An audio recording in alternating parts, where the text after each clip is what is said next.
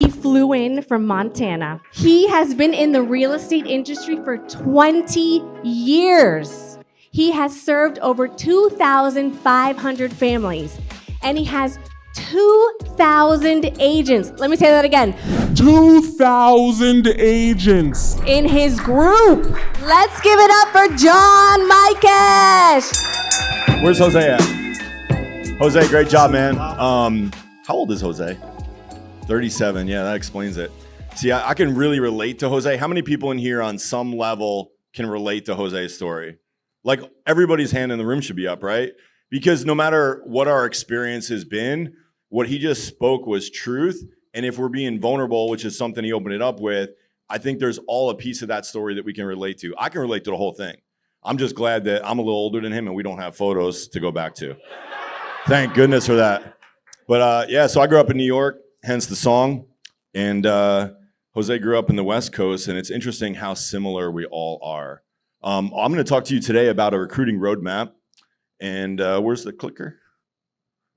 And you know, this is kind of a tricky topic in a room like this, because how many people in here just want to sell more homes this year? Like, more than half the room. How many people have ever recruited before? Like, maybe a third of the room. So my job is to help you guys understand that, like, you're already doing this. It's just whether or not you're getting paid to do this. And, you know, when I first looked at this opportunity, it was, you know, after years and years and years of being like, I don't want to do this eXp thing. Like, I just want to be successful and I want freedom. Freedom is my core driver. It's like everything that's driven me my whole life. Way before I got into real estate, it was like freedom. So, you know, I go to high school. I was an awful student. I felt like I was in prison. I couldn't wait to get out of there every day. And, you know, I didn't make it to college. College wouldn't have me. I couldn't afford it anyway, so it didn't really matter. It's kind of interesting when you have no option, that's often when your best greatness comes out of you. So we heard it from Jose. He was like, how did I start from nothing and get to here? It actually makes sense to me. I actually feel more sorry for the people that have it pretty easy, because you'll find that, like, you know, when there's a really strong parent and they've achieved a lot, it's more difficult for the children of that really strong parent to achieve a lot. So my parents had a great middle-class upbringing for me. It was awesome. They just didn't give me anything. They were like, all right, you're 18, you're out of the house, you're on your own. My dad gave me $100, and it was like, okay, I had $130 to my name. I left my house and I started with nothing. And I'm actually grateful for that. I just came back from a ski trip in Whistler, and I spent 10 days with my good buddy, AJ. He came from nothing too. So a lot of similarities in, like, how your challenge right now, whether it's, hey, you're just getting started. I was talking to a couple gentlemen in the room. They just graduated high school. Man, I couldn't imagine being in this room at this time in this market. This market is a blessing to them, because all the rest of us that have been doing this for the last 10 plus years, and we've been riding this market up, up, up, up, these guys don't know about that. They're coming into it when we're all flailing, like, what are we going to do? How are we going to do this? And all they have is opportunity. And it excites me to hear them say that. Just like when I moved from New York to North Carolina at the end of 06, after just getting married, I was excited. I was like, oh, this market's so big. There's so many transactions. It's way bigger than the market I came from in New York. And then I get there and 07 happens. And I was like, oh shit. So what am I going to do? I got to find a way, because I had no other plan B. So what I want to talk to you about is pretty simple. And I love this quote. I say it to myself all the time. I say it to my organization all the time. Simplicity scales and complexity fails. One of the most influential coaches I ever worked with is this gentleman sitting right here, Lars Henneborg, and you're going to hear from him next. And yeah, he deserves all that and 10 times more. But one of the things he helped me realize in my business when he started coaching me is that I was doing too many things. And if I could do a few things world-class, I could achieve any amount of success I wanted. So simplicity scales, complexity fails. When I look at a real estate agent's business, to me, at this point, after all these years and all the shiny squirrels I chase, it's just simple. It's like, hey, we need to generate leads and opportunities. We need to convert those to sales. As we convert those to sales, we're going to build our database. It's going to give us more referrals, and it's going to create a cycle. And what you'll notice is over time, that cycle becomes easier and easier if we do it correctly because we build our database and our database starts to provide for us. So I'm thinking through this and I'm like, okay, the only differentiation in this whole circle is that we have expertise. So, when you hear somebody like a Jose or an Aaron speak, you're like, hey, those guys are masters of their craft. They're experts. And because they're experts, they can move through this cycle at a higher velocity than somebody that, say, is brand new. So it's really, really simple if we make it that way. And so is eXp. So not everybody in this room is eXp, and this isn't like an eXp pitch, but it's just understanding that eXp is not some weird, crazy thing. It's actually the same simple thing we're doing in real estate with compounded effort. So at eXp, we speak to agents who we're already in transactions with if we're doing the first cycle. And then we ask him, do you want to sell more homes or do you want to get off the hamster wheel? Or do you want to do both? Either or all three is okay. And then we create success stories that lead to more agents to speak to. And in this model, we differentiate through leadership. So you guys are with an amazing leadership group here with Aaron and Jose and everybody, and we're here to support you as well. But just understand that it's very, very simple. So when building an organization at eXp, we just need to understand a few things. Everything duplicates. This is built one agent at a time. You're not going to mass market your way to, thousands of people in your organization. You can mass market your way to conversations, which will lead to more people in your organization. But it's a conversation. And you're just looking for people who are looking for you. And I think this is the thing that took me the longest to realize. I've been with eXp now for about 3.5 years. And at first I was like, once I got it, like I really got it. And I was like, oh my gosh, this is amazing. Like this is a connection that has never existed for me in my real estate career, because for once I'm giving advice that's in the best interest of the person I'm giving it to. And let me unpack that for 1 second. As a team leader, I was very proud of the results that I got because they came on the backs of the people that work for me. And I was able to help people achieve a lot of success in real estate, even if they'd never sold a house before, because we had a system that helped them duplicate success. However, my advice, my coaching, my mentoring, my leadership was only going to take them so far, because I was willing to help them learn how to sell more homes, but I wasn't willing to teach them how to build the business that I had. So if you understand that, and maybe you've been a part of a team, somebody else's team, and you've been on that team, like, hey, this guy's going to help me do really good as long as all that goodness happens under that person. But at what point do you want more? Like, I was part of a team and I wanted more. And I was pissed off when I felt like somebody had a lid on my success, because again, that core driver is freedom. So the minute that I realized that I'm part of a game and that system isn't allowing me to achieve more, I'm like, I got to get out of here. When I came to eXp, it was the first time where I really felt like I was part of a system where there was no ceiling above me. And I could come in and I could be more successful than the person that brought me in. And guess what? That person was really excited if I did that. And so I find that out and I'm like, everybody's got to do this. Everybody's got to know about this. And I approached the market the wrong way, because you got to find people that are looking for you. So in order to do that, we have to understand what's important to them.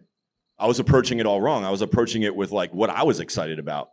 But what is important to them? Is it more important to you that we scale up your production? Is it more important to you that we get you, focused on revenue share and building retirement? What's more important to you? And for some people, they only want to do production. And there's nothing wrong with that. In fact, that's probably the secret to growth at eXp. You become a rock star in your market, you sell more than anybody else, you become infinitely attractive, people will chase you down, you won't have to chase them down. Or you've been doing that and you already are that person in your market. Maybe you're more focused on revenue share. We have people joining our organization every day that just want to build a revenue share organization, and that's fine too. Some people want both, that's also fine too. When I came into this, when Lars came into this, we were really focused on the recruiting the rev share, because we had done production at such a high level for so long that we realized that wasn't the answer, because we can make more money, but does it really improve our life? If I can teach you how to sell 10 more homes or your first 10 homes, you're going to make some money, but it's not going to change your life. If I can teach you how to recruit 10 agents, it could change your life. I'm going to show you that right here today. So where's the clock that I should be following? Is there one? Okay. All right, awesome, I'm doing great. They were nervous when they saw all the slides I had. I'm gonna teach you real quick our 10 by 10 quick start strategy, our proven 4-step process. And just to kind of validate this, like I don't need a pat on the back, trust me. But just for people in the room that haven't seen this or don't know who I am or why you're all here, eXp has 90,000 agents. Lars and I came into this together. We broke the record in the company, fastest growth to 1,000 of anybody in the history of the company. And this is the exact way that we did it. We built the plane while we were flying it.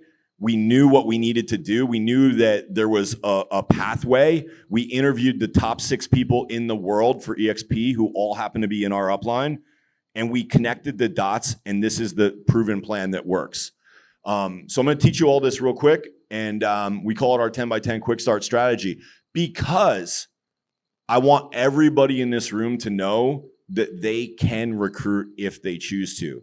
Don't have to, don't even have to want to, but I want you to be armed and dangerous so that when the opportunity arises, which it will, because as you sell more homes, which if you hang around the people in this room, you're gonna sell more homes, people are gonna naturally gravitate to you, and it's gonna be an opportunity for you to take advantage of this model, which I think is unlike anything I've ever seen in the real estate industry. So, if you follow this strategy, it's gonna help you avoid some distractions. It's gonna help you create a story, it's gonna help you duplicate easier, and it's gonna help you make money faster. All of which are good things, right? So let's talk about what the roadmap to financial freedom looks like. Now, when I go over this example, and this, by the way, is the same example that was taught to me, and I was doing very, very well before eXp. Like, wasn't working in my business, was living across the country, traveling full time. But this financial freedom model really got me to think differently about what this was. So I'm gonna talk to you about an example of $15,000 a month. The reason I'm using $15,000 a month is because having talked to thousands of people over the last 3.5 years, I realized that 99% of the people, this represents financial freedom. Now, we're not talking about financial abundance yet. We're talking about financial freedom, meaning if you took all the bills that you have in your life right now, your mortgage, if you have one, your car payment, if you have one, your health care, your utilities, just your monthly bills, and you added all those up, for most people in this room, $15,000 would cover those bills. For most people. So when I looked at that and I was like, okay, that's $180,000 a year. And if I'm following the advice of my financial planner who says that I got to save up enough money so that I can take 4%, and then the 4% rule works out to be that I'm going to have $4.5 million in the bank, that was a wake-up call for me. Because although 99% of the room could be financially free if they had $15,000 on passive income coming in a month, 99% of the room doesn't have 4.5 million in the bank already. And I knew that I had been doing this at a much higher level than most of my peers, and I didn't have anywhere near 4.5 million in the bank. And it was like an oh shit moment for me. And I was like, man, I spent 20 years, almost 20 years at that time, going hard at this. Like hard, like sacrificing birthdays and like being with the kids and like all these things that you'll hear from everybody else that comes up here that's, achieved success is like there's a sacrifice, there's a cost to it. I had paid that cost in spades. And yet I wasn't anywhere near this goal of getting to $15,000 a month, which was financial freedom for me, but it wasn't really like the vision that I had for myself. So follow me. So I was like, all right, they're talking about rev share. I'm like, really? Like I was one of those guys, I was pre-programmed to think like eXp was a pyramid scheme and it had like revenue share, and I was tired of hearing about it. I really didn't join eXp for the revenue share. It quickly turned into that, but I joined eXp because I was looking for a stable platform to run my independent brokerage on because I was tired of getting punched in the face. I had a different expression than I said, but I'll just keep it at that for this one. When people I would train up and invest years of my life into, and they would have life-changing success, and then my prize for doing that was that they would leave me and become my competition. I literally couldn't stomach it anymore to the point where I was ready to walk away from this business. Imagine a business that you invest the better part of your life into, your working life, that's providing for you at a level that you never dreamed possible, but it hurts so bad that you're ready to walk away from it. That's where I was at. And I joined eXp because I said, I'm gonna give up on this thing anyway, I'll try this thing because they're saying it's going to be better, and I'll see what happens. So they said, hey, give us 3 years. And in 3 years, I just want you to focus on attracting 10 agents. So we're coming at you at the 2024 Elite Builders Gala, and we have with us absolute rock star, one of the top rev share earners in the whole company, Mr. John Mikesh. Appreciate you being here with me, buddy. Yeah, man, it's been a blast. It's amazing to see what you guys have put together here. Yeah, man. Well, that means a lot coming from you, and I guess I'm curious because you've been in this game 3.5 years. What exactly about this event stood out to you? Yeah. So last night at the gala, the awards ceremony you had, me and Lars were sitting in the back, and we were like, man, it's just amazing, the energy and what you've brought here. These people are sold out, but for all the right reasons. Yeah. And I think that there's very few people in the company right now doing this level of an event from the quality standpoint and just how you're interacting and maintaining and creating energy. Very few people are doing that in the company as a whole. Yeah. I don't have anybody else in my organization right now doing what you guys are doing from an event standpoint, and I just want to commend you on that. Well, I appreciate it. I've had some amazing conversations with the people. I can tell that they're not just motivated, but they're informed. Mm-hmm. So you got a good mix of people here. Some of them are interested in revenue share. A lot of them are interested in production. And the coaching and training that you're providing around production is giving these people, I was just out at the pool talking to a guy, and he's like, hey man, I'm stuck in the 10 to 15 deal a year. And he's not even with eXp yet, but he's like, the way that you guys share information and how you're just not withholding anything, he's like, now I feel like I can go back to my market and go to 50 sides a year. Yeah. And I'm like, that's what it's all about, brother. It's awesome, dude, to have that level of impact, which is really what it's about. And I guess I'm curious from your perspective, one of the things that I've had a couple people say to me in terms of feedback was they were really surprised, not only by the kind of level of collaboration and sharing, but also vulnerability. Yeah. Where they didn't expect the speakers, myself, yourself, Lars, Jose, and others, they're accustomed to seeing people on panels and being very kind of oh, look at me, and braggadocious. Yeah. And everybody led with kind of vulnerability. So I'm curious to get your feedback on that because you've been to a lot of these types of events. I've been to a lot of events, man, and I think that, as far as being braggadocious, I think sometimes that's all we have to lead with. When we're looking at events in our industry as a whole, outside of eXp, it's all you have is your production. You have nothing else to give. You have nothing else really to benefit from other than, hey, look at me, look at what I've done. And a lot of times you go to events and it feels very much like that. And they're saying, hey, I've got this thing that I'm really good at, and I just want to talk about that. And you're less likely to get the guy that says, hey, but here's the areas I'm struggling with. Mm-hmm. Anybody who's not with eXp that's been to an eXp event, the common theme is, wow, you guys are open and you share and you don't hold back at all. Mm-hmm. And somebody was actually asking me about this at the pool, why do you think that is? And I said, I think it's when you have so much opportunity in front of you that it's not just about the amount of homes you sold last year, but it's about this impact, it's about this revenue share, it's about being part of a company that you're owners in. When you have all of that, your walls just come down. Mm-hmm. And you're like, how can we grow together? How can we impact together? And that's been my experience all along at eXp. It's been 3.5 years, but in a lot of ways it feels like 10. You know what I mean? I've been in this industry for 20 plus years, and the first, 17 of it were doing it the hard way. Mm-hmm. And it was doing everything that all my coaches told me to do so that I could go sell some more homes, but always having to hit the reset button. Hitting the reset button every January 1st, hitting the reset button when my top producer leaves to go become a competitor, and it just gets tiring.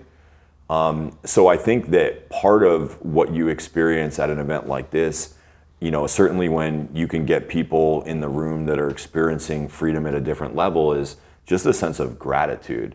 Mm-hmm. Somebody told me a couple years ago, I was on this whitewater rafting trip, and this 19-year-old guide was wise beyond his years, just somebody that was super magnetic. And he was sharing some stories with us when we were going down the river, and he said something that was it just stopped me. And he said, I was like, man, how do you have all these stories and all these experiences? And he said, well, I believe that vulnerability is the doorway to connection. And he said, I've always been super vulnerable. And because of that vulnerability, people have connected with me and invited me to do all these crazy things. And I was just like, I thought about that for the whole rest of the trip. And I bring it up because you said, we're vulnerable here. And it's like, yeah, we're vulnerable. And because of that, we're connecting with agents at a deeper level. When we can take off the mask and we can remove the identity of all I am is my production from last year. Sure. And we can actually become a holistic human being who's also a realtor, who has struggles, who has challenges, but together we can solve those problems in this model because I can help you and you can help me. And by me helping you, I'm not giving up any of my cards because it's not about that anymore.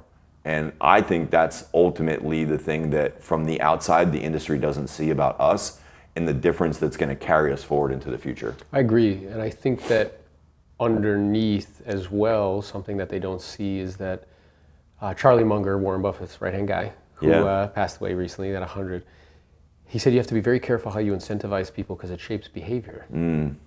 And what's interesting is here in this model, we're actually incentivized to collaborate and to share. Where in virtually every other model, there is no incentive to, which is why it doesn't happen, right?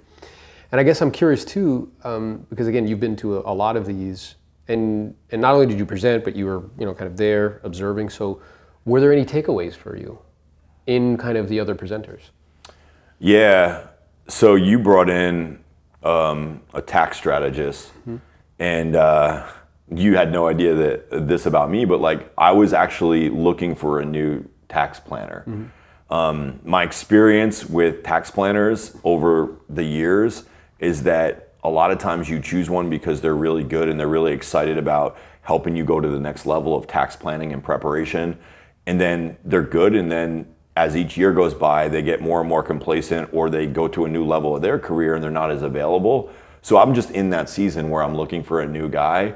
And the guy that you brought in, like I texted you, I'm like, this guy is a G, man. Like connect me in a three-way text. Like he's awesome. He's exactly what I was looking for. And like, how cool is it that we can come to like a real estate conference? I'm a speaker here. So like I'm coming to bring value, but I can walk away with so much value. Like I've already connected him and me with my wife, and we're going to do a meeting. And it's like, I think our value is going beyond the borders of a traditional real estate agent, and like how can we help these people holistically lead better lives and do better planning. One thing he said that was just like is we've all heard the penny doubled every day for a month, and like the end result of that is like if you double a penny every day for a month, it's like 5.3 million.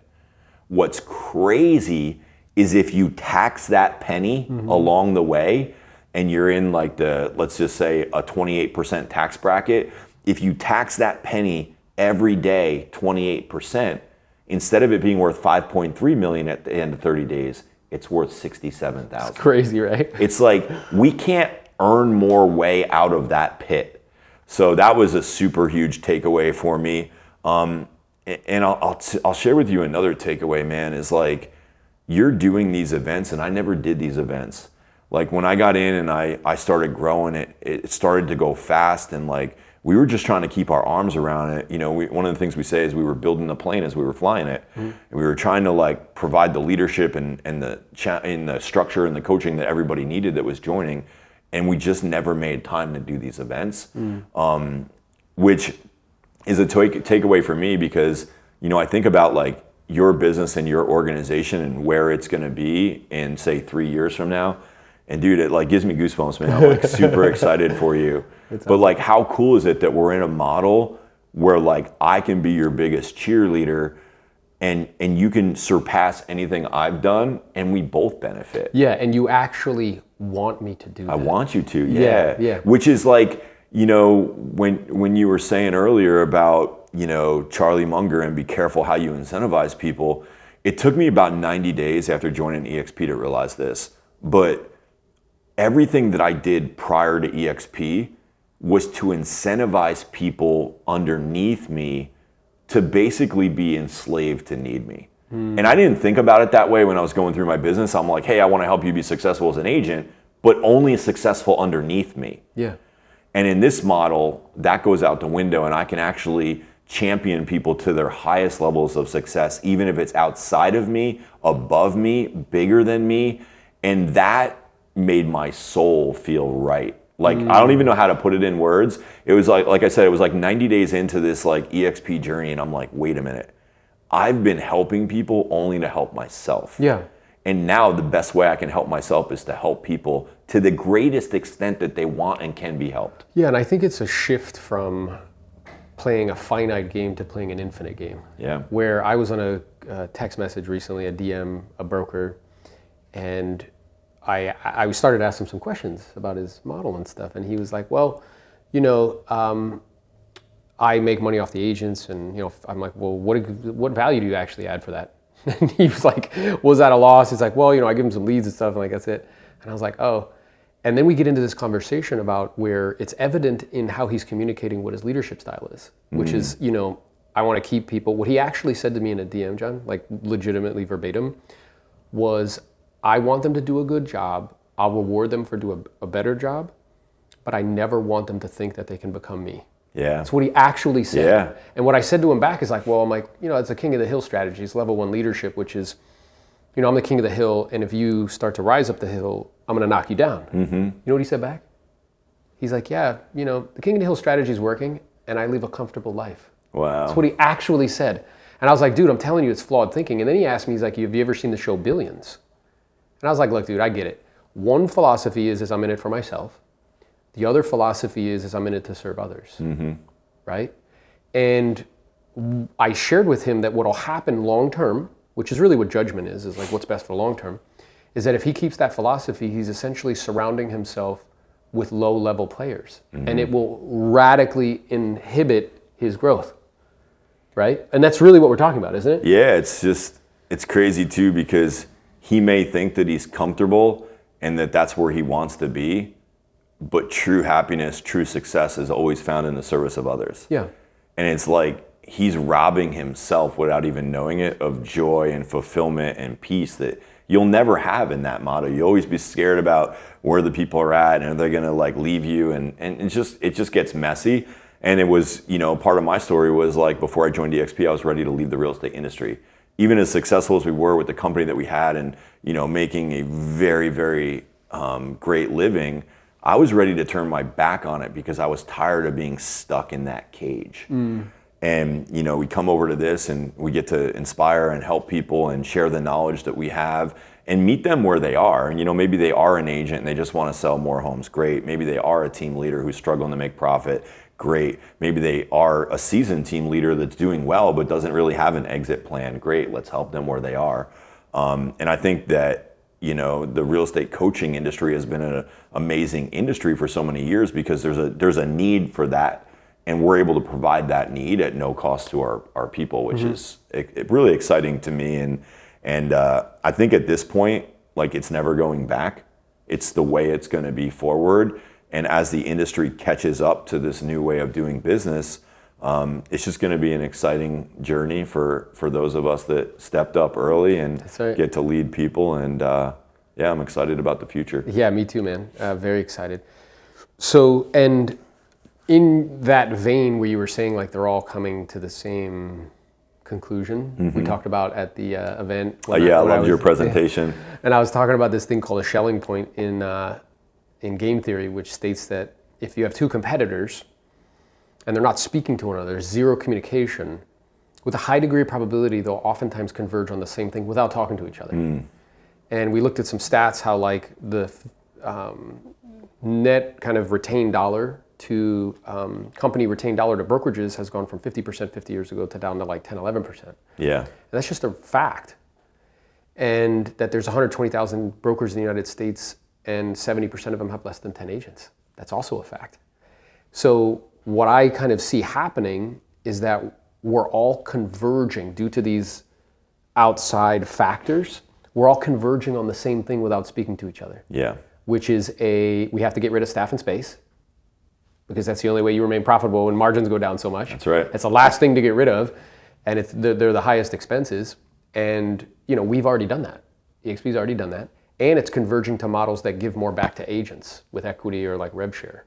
So when I hear Glenn say, yeah, like in 10 years, 50% of all agents will be with cloud-based brokerages, I see why he's saying that. Yeah. I see what he's seeing. I actually think it's going to happen in less time than that because the compression on the market right now is going to accelerate that happening.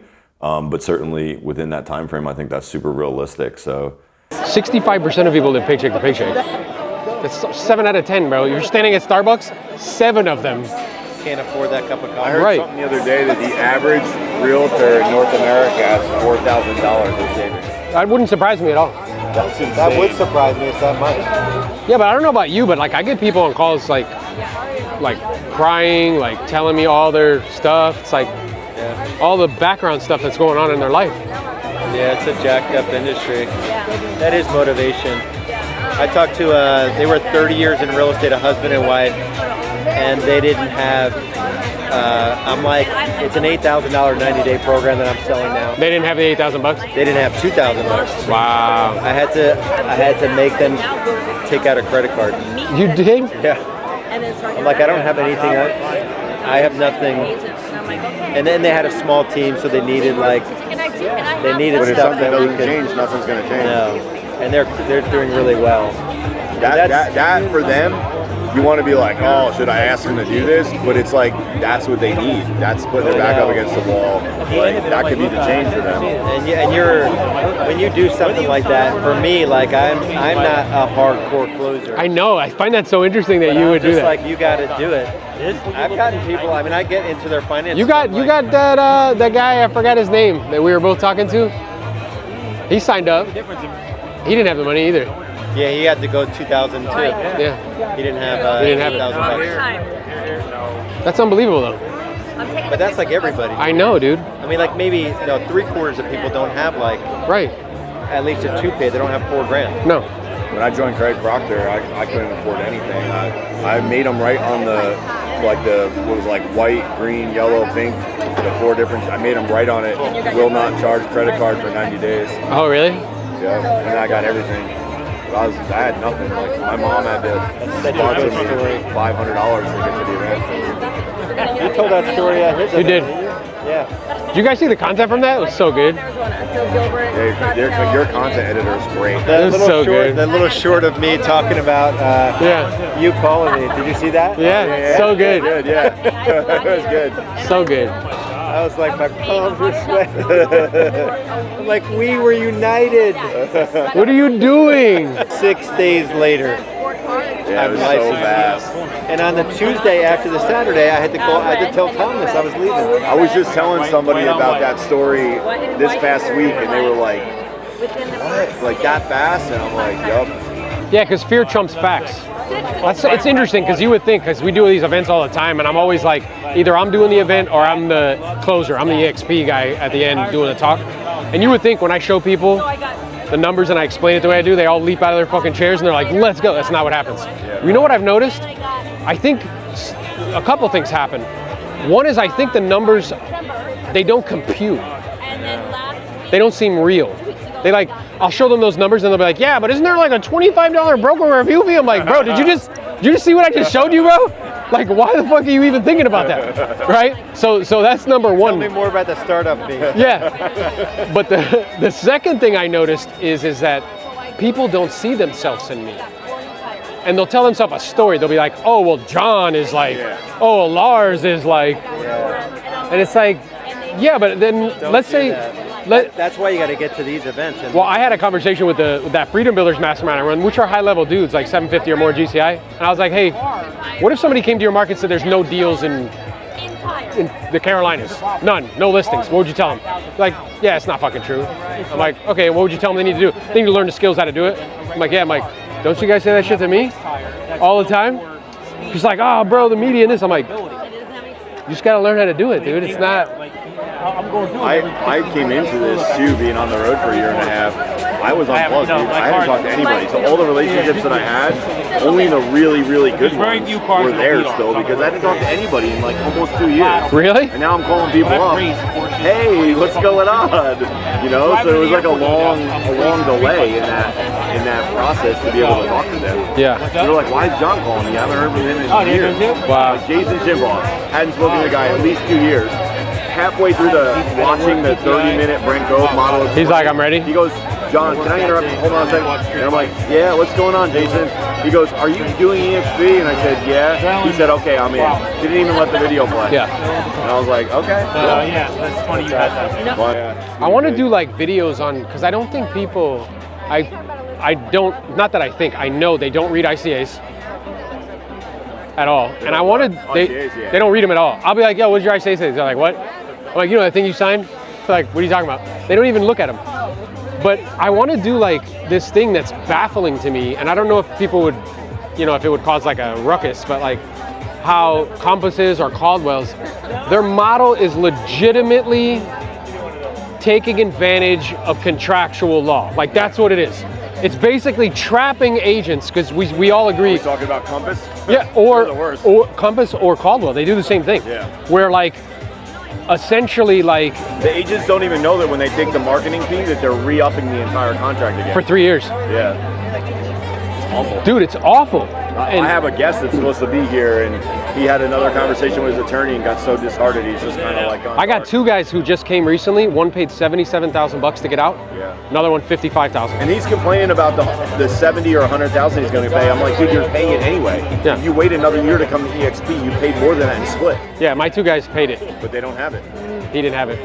Yeah. I'm like, well, what are they going to do? But I think that's horrible. I don't know. It's I mean, shitty. it's like, you're trying to trap me? Like, F it. I'm going anyway. That's what I do. Yeah. That's what Ben did. The franchise that my wife had, they tried to hold me in, and he was with me. Well, on the personality profile, you probably have a high need for independence. Yeah. I do too. I also have a high need for dominance. I have a high disregard for authority. Yeah. You know what I noticed about myself, bro? Like, I'll be somewhere, and like, let's say you're out and about, and somebody says something to you, like, hey man, like you shouldn't do that over here. I'll be like, what? Like, it's like for no reason. I'll be like, what do you, like, why? Why? Who says? Yeah. You know what I'm saying? I always want to challenge it. But like, I think, remember how I was saying to you, like, they're like, oh, what should we do? What people should be doing is media that talks about this shit, because nobody talks about it. Like, bro, like they contractually take advantage of agents' lack of financial strength and lack of business acumen and lack of like contractual law. That's what they do. And it's like, it's their business. Yeah. I think Caldwell Banker went through a lot of buying agents for a Oh while. yeah, they offered Jose 250 grand. It's like you're literally gonna pay that money back to them. And Jose was smart enough to see through it. Yeah. He's like, it's a payday advance. I'm just gonna give you all the money back. Yeah. But it works because they just don't have any money. Yeah. Somebody said to me, they were like, $100,000 to walk away from my franchise, plus I lost hundreds of thousands in the build out. Yeah. But I was like, that's the best money we ever spent. Yeah. I lost 42,000 on the shares back to KW, and I capped twice. Oh wow. So it was like probably 80 around the horn. But I knew, same. Yeah. I'm like, yeah, fuck it, it's fine. I made it all back in 1 year in rev share. 125 in rev. Hell yeah. Yeah. I'm excited. He's the shit. We just got a $185,000 tax bill last week. I'm like, this is stupid. Like, I told you, you saw what he did for me, right? yeah. I'm still with Provision. Those guys are awful now. They're so unresponsive. No, and Provision's more like, I view them as like, we use them. I'm gonna use. He's gonna recommend me a service. They're just like bookkeepers, bro. Yeah. But like I have a meeting with him in March where he brings like 5 different investment vehicles to the table. That's cool. That's like, yo, He likes that real estate part. Yeah, if you do this, this, this, and this, different vehicles. So last year we did oil and gas. I'd never done that before. Yeah. That's 90% depreciation year 1. Wow. So you invest $100 grand, it's $90,000 top line off your taxes. And it's an easy investment to get in or out of. You give the money, and what happens is you get distributions quarterly. But it's not like, the way he explained it to me, he's like, dude, this isn't like the fucking Wild West. Can you sell it? No. But he's like, this isn't like the Wild West where like they're like, is there oil here? It's like, they already drilled it, it's there. Yeah. You know what I mean? They're already pulling it out of the What's ground. your recapture rate on that investment? 11 to 12% per year. Oh, that's cool. So like probably So over. it's a solid investment, and it's all the tax. And it's tax benefit. And then I also bought a short-term rental last year, and that was 80% depreciation year 1. What? Short-term rental. Oh yeah.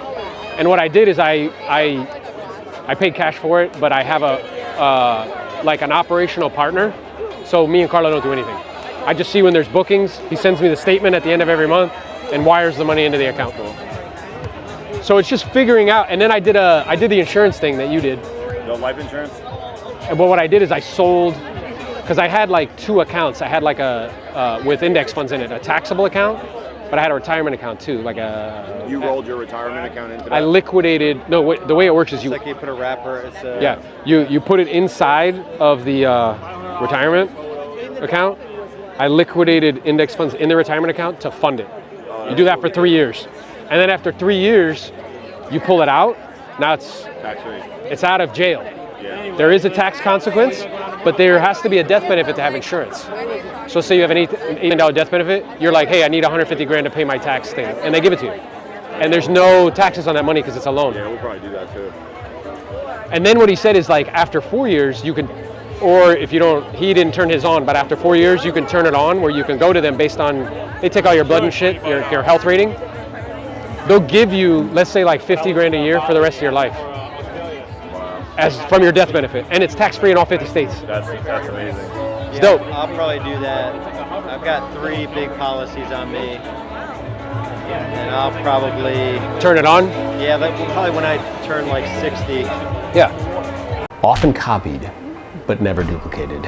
What's up, team? I got with me Mr. John Mikesh, 2300? 2,300, yeah. 2,300 Yesterday agents. We had 2,300 in the organization with the eXp. I've been with the eXp going on 20 months, 274 agents in the organization, trying to be like... That's amazing growth though, dude, in your time. Trying to be like this guy when I grew up. We have conversations regularly because teamwork makes the dream work. Yeah. And collaboration is the new currency. And we have conversations regularly with agents. A lot of these agents are highly productive. They're looking to have conversations and potentially make a change from a traditional firm, or one that is a traditional firm that pretends that they're not. Right? And so we were talking off camera about how amazing it is that most agents don't read ICAs. They don't actually. Well, did you read your last like update to your iPhone agreement? Like it comes through, you just like click, click, click. Oh, that's true, dude. We don't ever read that stuff. Yeah. And in reading it though, you can really get a clear understanding of what that brokerage firm's business model is. Yeah, exactly. Yeah. Or I would even say this, what their future intentions are for that business.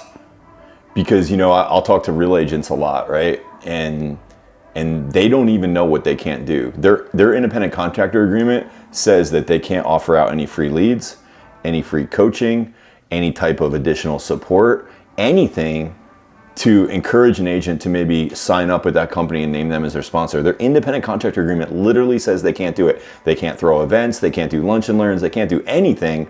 Now, we know a lot of agents are doing those things, but my question to them is, what happens when they enforce it? Yeah. Like, are you willing to risk everything you're gonna build so that one day they say, hey, you've been in violation of this all along, now we're taking that away from you? Yeah. And it's kind of interesting that it's in the agreement and other people are doing it, but they're just like, okay, why? Because that's what you have to do in order to, you know, to really attract and add value. And I think it also is handicapping an agent from being entrepreneurial. Yes. And adding value. Because my experience in this game is it's relationships plus value over time. Yeah, I think, you know, when people come in second and they're like, I'm going to copy this but make it quote unquote better. Yeah. What they typically do is they'll look at the landscape and they'll find where are the complainers, where are people disgruntled, like what is that? And one of the things that they'll say about eXp sometimes is that it's siloed, like that's the word that they use. He's like, well, there's all these big organizations in the company and, you know, everybody's competing for the agents.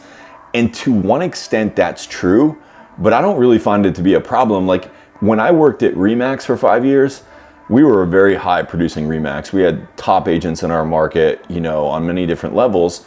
And I would find that most of the time when I was competing for a listing, I was competing against another Remax agent. We were the best brokerage in town. So to me, it was just like part of the deal. Like I have to sell myself at the end of the day. The company that I'm with is the opportunity that I'm running my business on. But whether that's me selling real estate at Remax or me building rev share at EXP, like at the end of the day, like I'm selling me. Yeah. And if I can't sell me, what am I selling? Yeah. All I can sell is the company then. And so, you know, I'll use Real as an example. I think that there's a lot of things that they are claiming to be that are either in direct conflict to what their independent contractor says they actually are, or it's just not true. You know, and they're saying, well, you know, we know that some EXP agents were mad that this didn't work out perfectly for them. And that's going to happen in any business, especially when growing as fast as ours. But I just, you know, when we look at who innovated this space, Glenn Sanford innovated it. He changed it, right? It's never going to be the same. Yeah. Real's going to come along. There's going to be countless other companies like them that are going after a revenue share, profit sharing model, if you will. And really, we could say, hey, Glenn innovated it through revenue share, but he really took it out of a page of the playbook that was Keller Williams with profit share. He just got into profit share and realized it didn't make any sense. Yeah. He had 1,800 people and nobody was making money. And recognized that rev share exists in that model. It just goes to a very, very, very small group of individuals. That's correct. That's really what's true.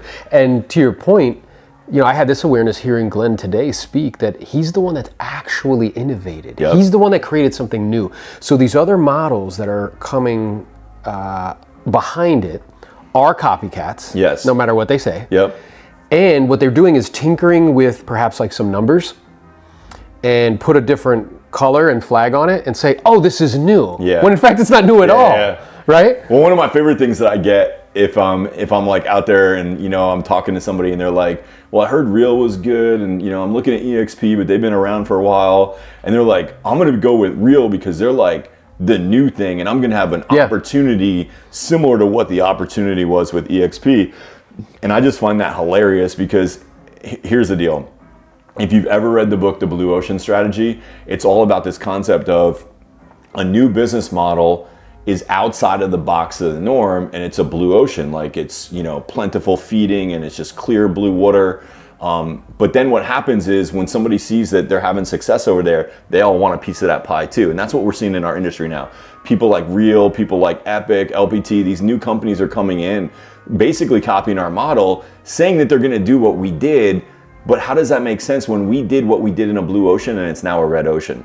Meaning you now will never have that blue ocean space again because we've changed the model. And until somebody changes the model again, somehow, some way, we're in a red ocean now. That's right. So if you think you're gonna step into this competitive market space where you have companies like eXp that dominate, that are super profitable, and you're gonna have the same trajectory inside of that red ocean, you're very misguided. It's an unrealistic expectation. Very unrealistic. And I think what they're being sold is this idea that like the product is what's going to cause that to happen. It's like, well, wait a minute. The product is a copycat of another product. It's like coming out with another kind of flavor of Coke or something. Right. Like you tinkered with the recipe. It's like, oh, we're great. We're going to be just as big as Coke. It's like, well, good luck with that. Yeah. And I also hear, it's because it seems like a talking point. Like one was the silo. The other talking point I hear is like, well, it's oversaturated. Yeah. And to that, I'm like, well, okay, I appreciate that. At the same time, I've been with the company for 20 months. And currently our organization sits at 274 agents. Like, is it oversaturated? There are people in my market that have like 1,000 agents, 2,000 agents. Yeah. And we're still growing and building. Yeah, and it's global, you know, so there's countries that we're just going into now that we literally just opened. So ground floor, huge opportunity, and we're getting like our first couple hundred agents there, and there's room to go to 100,000 very conservatively in that country. Yeah. You know, when we talk about Brazil and New Zealand and Spain, like these countries have enormous opportunity and we just got there. So, you know, we're going to 100 countries, we're going to 1 million agents worldwide, we're at 90,000. We're still very much as an industry at the left side of that bell curve. Yes. Because, you know, hey, there's room for everybody. Like I believe that other companies can be successful in this space. It's just then it gets into like brass tacks of like, where are you most likely to be the most successful? Correct. And have the greatest opportunity. And when we start laying out the different bullet points of eXp and what they offer, I don't think anybody comes close. Yeah. We pay out on 7 levels. A lot of copycat companies are only paying out on 5. Mm-hmm. We pay more. Mm-hmm. You know, when we look at these other copycat companies and we're like, well, what are you guys making over there? And we see like, oh, the number one person in that company, in their model, in revenue share, makes less than some of my people in my organization make in a month, in a year. Yeah. What are you doing? What's your opportunity? So I think these are all important things that we have to consider. And I would just say this, what are you gonna build? Because at the end of the day, these companies are platforms now. That's what they are. Yeah. And you can stand alone and the platform can be your whole opportunity and it can be your whole front and center. But I would argue that you should be branding and building you. 100%. And our company supports that not only from an infrastructure side, but they actually encourage it. Yeah, support and encourage. And I think the false misperception is people imagining that a product will do all of that for you. And it's not. Well, it's accurate because the model's the model, right? That's so, right. So Instagram is a platform, YouTube is a platform, TikTok is a platform. And people imagine because they sell them like a product, Yep. yo, you're gonna blow up. But the truth is like, you have to be talented, you have to add a lot of value, you have to put time, energy, effort, and resources, you have to take risk, right? Like that's what's gonna actually cause that to compound and multiply. Right. I mean, it's a leadership opportunity at the end of the day. And, you know, I think that's why a lot of us who are leading brokerages, like an independent like I had, or you were leading teams, you know, like you were leading before you came to eXp, we're just transferring that leadership to a new opportunity with much more greater rewards. So I love it. I feel firmly that we have the proven leadership. No other company in our space has proven leadership yet. And there's a big difference between growing from, you know, 0 to 10,000 versus 10,000 to 20,000 versus 20,000 to 50,000. Like those periods of great growth also come with a great cost. Like the cost of scaling at those different points is difficult. Most companies don't make it. We've not only gotten through it, but through it all, our leadership has always made the right decisions for us and to protect our opportunity. And to me, that carries a lot of weight. Mm-hmm. Are there agents that are at any company that maybe are less than desirable? Absolutely. There's people in the real estate industry that are less than desirable, but that doesn't mean that I get out of the industry. So we can't use some of these things that they say as excuses. We, at the end of the day, need to show up and say, what did I do? What did I build? And how am I going to see a vision for myself and my people in the future? And we need to lead them into that. Yeah, I love that. It really is about leadership and duplication. So I think that you're one of the most learned on models. You understand them very well, you study them. So maybe what we could do for the agents or whoever's watching is just talk very specifically brass tacks of differences.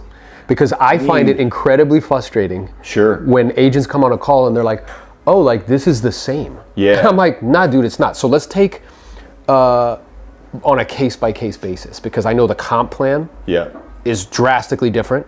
So one of the biggest things about the comp plan that's a little bit harder to quantify and reconcile with on the front end is that we get paid out on 7 levels and Real gets paid out on 5 levels. And explain why that's such a huge difference. I understand. Yeah. So, you know, in the beginning, you're not going to have people on your 6th and 7th level. But as it grows, as it builds, you're going to have a lot of people on those lower levels. In a mature organization with proper compounding, those are going to be the biggest levels you have. Case in point, above me, so I'm part of somebody's 7th levels, right? Above me, I have the top 6 people in the world for eXp. Okay? When you talk to those 6 people, across the board, 80% of the income that they make today comes from their levels 6 and 7. Yeah. Now, let's just rewind the tape a minute. Let's say they had built at a competitor's company and they had 5 levels. And let's just say, for simple math, let's just say that one opportunity with 7 levels pays $1 million a year. But 80% of that income is coming from levels 6 and 7. That means if you went to the company that had 5 levels, instead of making $1 million, you'd make 200,000. It's wild. And I think what is important for people to understand is the reason why the 6th and the 7th are the biggest is because of compounding. Correct. Because I know what Real has said is like, well, what we're going to do is you'll make more money on the first couple levels. Yeah.